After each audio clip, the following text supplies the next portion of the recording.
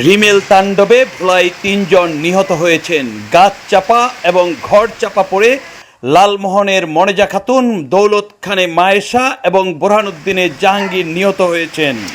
বিদ্যুৎ না থাকায়, বৈরী আবহাওয়া ও মেঘে ঢেকে থাকায় পুরো ভোলা এখন অন্ধকারের শহরে পরিণত হয়েছে।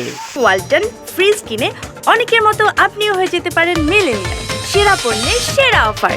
বিচ্ছিন্ন দ্বীপ, মনপুরা, চরকুকরি, মুকরি, ঢালচর এখনো পানির নিচে রয়েছে। বেসে গেছে অসংখ্য মানুষের মাছের ঘের এবং ফসলের ব্যাপক ক্ষয়ক্ষতি হয়েছে। 3 দিন ধরে লঞ্চ ও ফেরি চলাচল বন্ধ থাকায়, বাজারে পণ্য সরবরাহ না থাকায় বিপাকে পড়েছেন এ অঞ্চলের সাধারণ মানুষ। রাস্তায় রাস্তায় গাছ পড়ে থাকায় ব্যাহত হচ্ছে এ অঞ্চলের অভ্যন্তরীণ যাতায়াত ব্যবস্থা।